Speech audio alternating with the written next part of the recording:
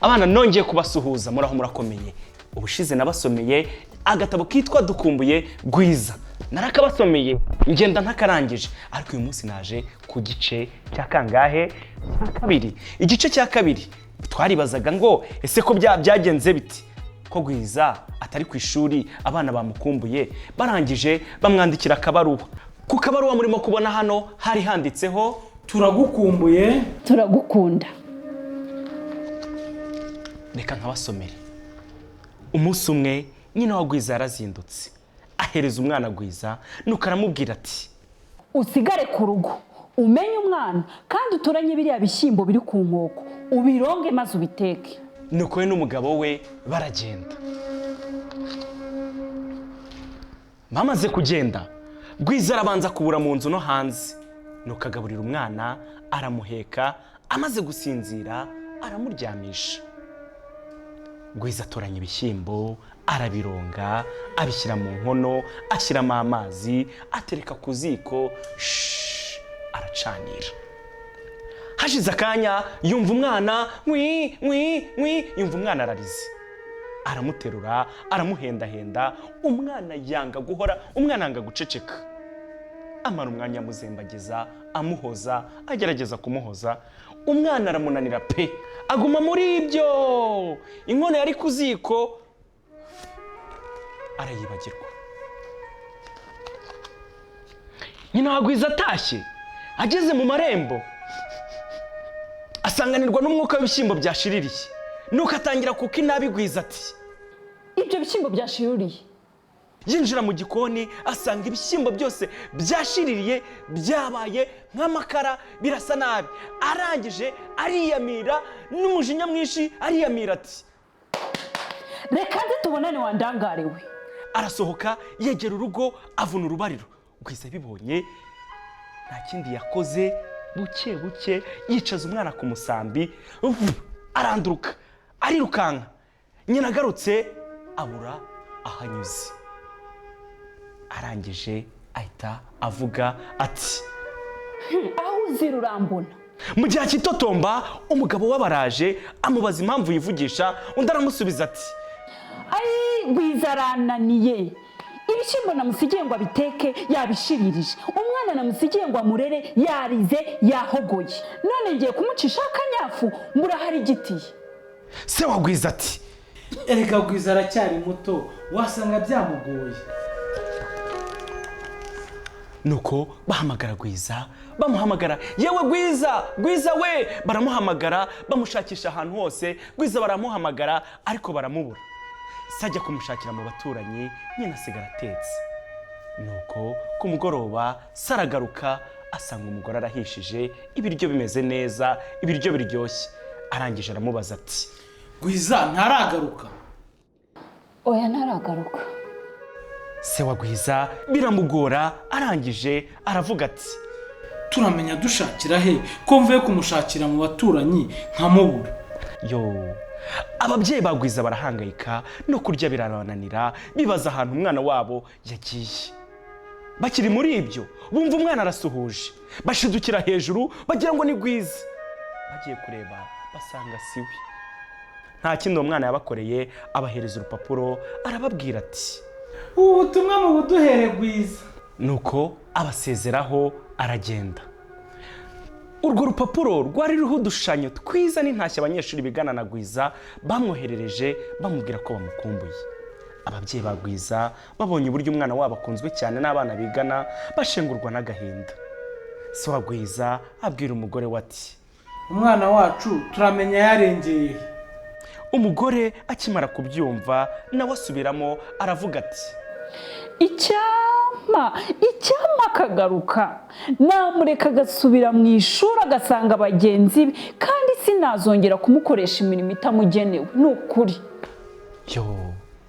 Se agahinda karamwica, arangije nawe asubiramo aravuga ati iyaba yaraje gusa naho imirimo yo tuzajya tuyikorera.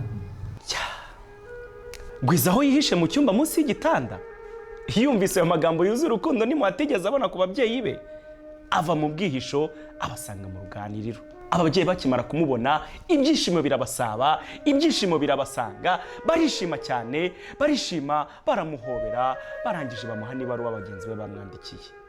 Nyina wa Gwiza azana amafunguro yateguye, basangira banezerewe, bararya reka sinakubwira, bishimye cyane.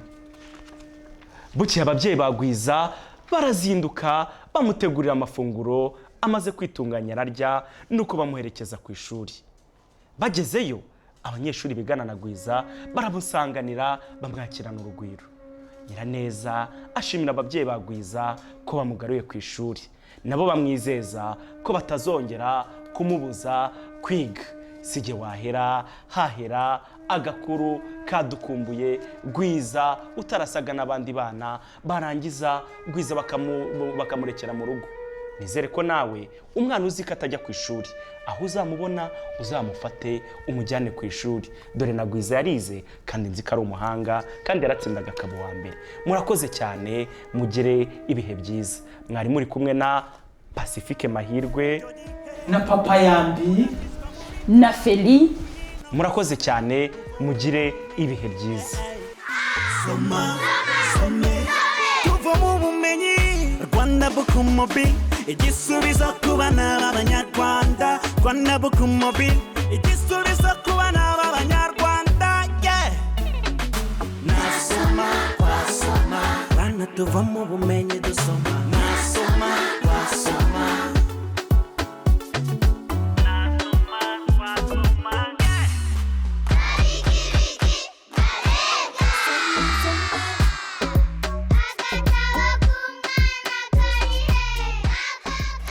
Abana ndagarutse.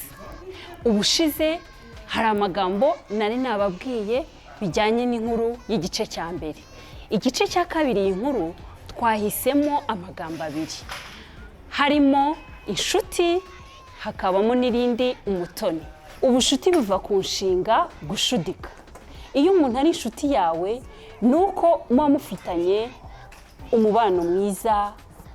Iyo wicarana n'umuntu ku ishuri mwigana, iyo muganira mugatindana, uwo muntu muba inshuti. Irindi jambo ni umutoni. Umutoni biva ku nshinga gutona. Iyo umwana yitwa umutoni, ababyeyi be baba bamukunda cyane, bamutonesha. Kumutonesha ni ukumutetesha. Ari umwana ukunzwe, umwana watoneshejwe, umwana wateteshejwe.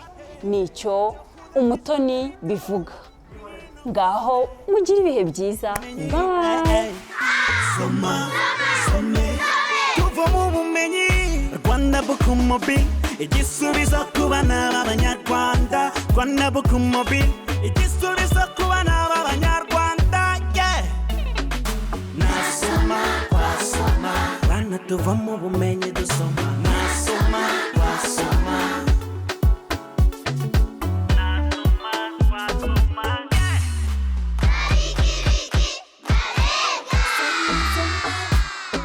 Abana ngiye kubereka ubushize aho twari tugeze dukereya turema maske, dukora maske ikozwe mu mwenda, duhereye kuki ku gitekerezo cya maske iri mu gipapuro.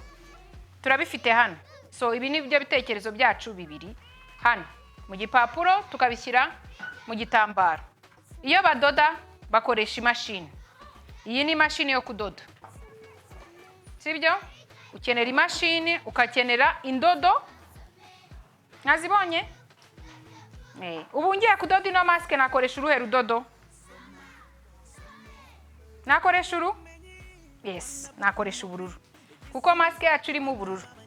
Ikindi wifashisha iyo uri gushushanya ukoresheje ahangaha ngiye gushushanya ku mwenda, nkoresha ingwa. Mwayibonye ingwa? Nkoresha ingwa y'umweru. Ingwa y'umweru ikora ku bintu byose bitandukanye, ukagenda utrasa, ugenda ushushanya kugira ngo uze kubona aho uri bukate.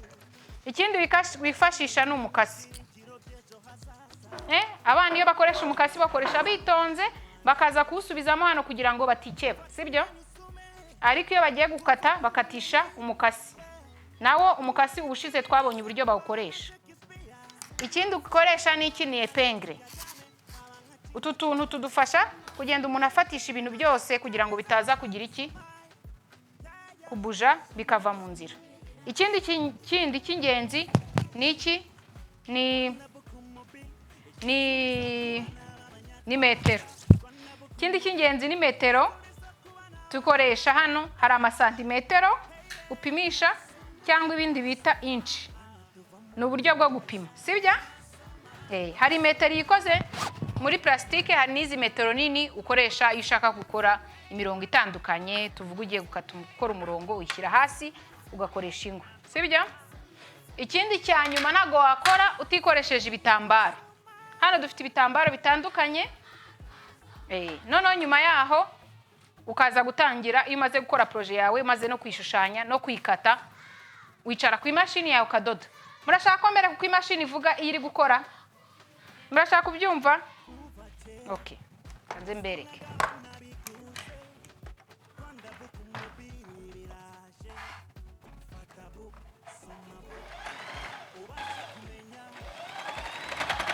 Ninde ushaka kweseya? Ninde ushaka kugerageza? Wakandagireho hano yumva uko bigenda.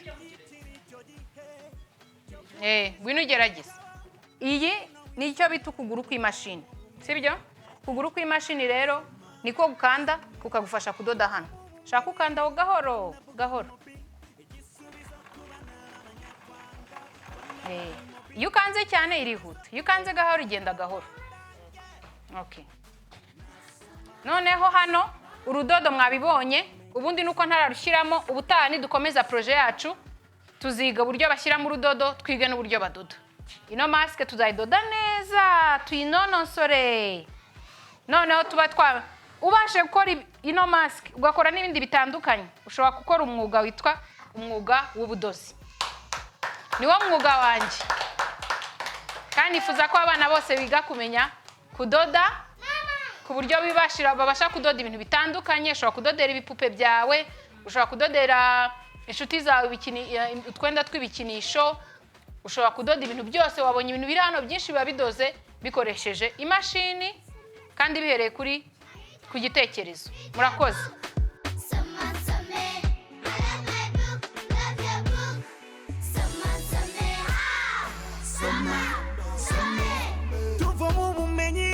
Rwanda Bookmobile igisubizo ku bana b'Abanyarwanda. Rwanda Bookmobile igisubizo ku bana b'Abanyarwanda.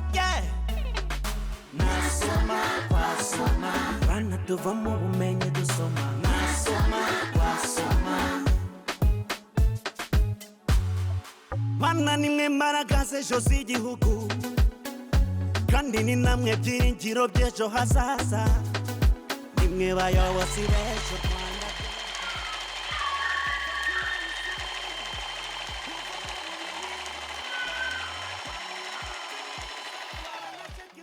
Uyu munsi mwabonye ko twari dufite ibintu byinshi cyane bigiye bitandukanye. Twari dufite Mutoni Joseline waje akatwereka uburyo ki ushobora gukora maske yawe mu rugo. Nizere yuko abana mwagerageje gukora maske, namwe mwagerageje gukora maske ikoze mu nzovu, ku buryo ki wagenda ukareba kandi ntuze kwandura. Ikindi twasomye igitabo Dukumbuye GWIZA, twize ibintu byinshi cyane uyu munsi. Kandi ikindi twize no gukata. Wibuka ko ibyo wabasha gushushanya wabasha no kubishyira ku gitambaro kandi ukabikora neza. Murakoze cyane gukurikirana ikiganiro Soma Some, naho utaha mugire ibihe byiza.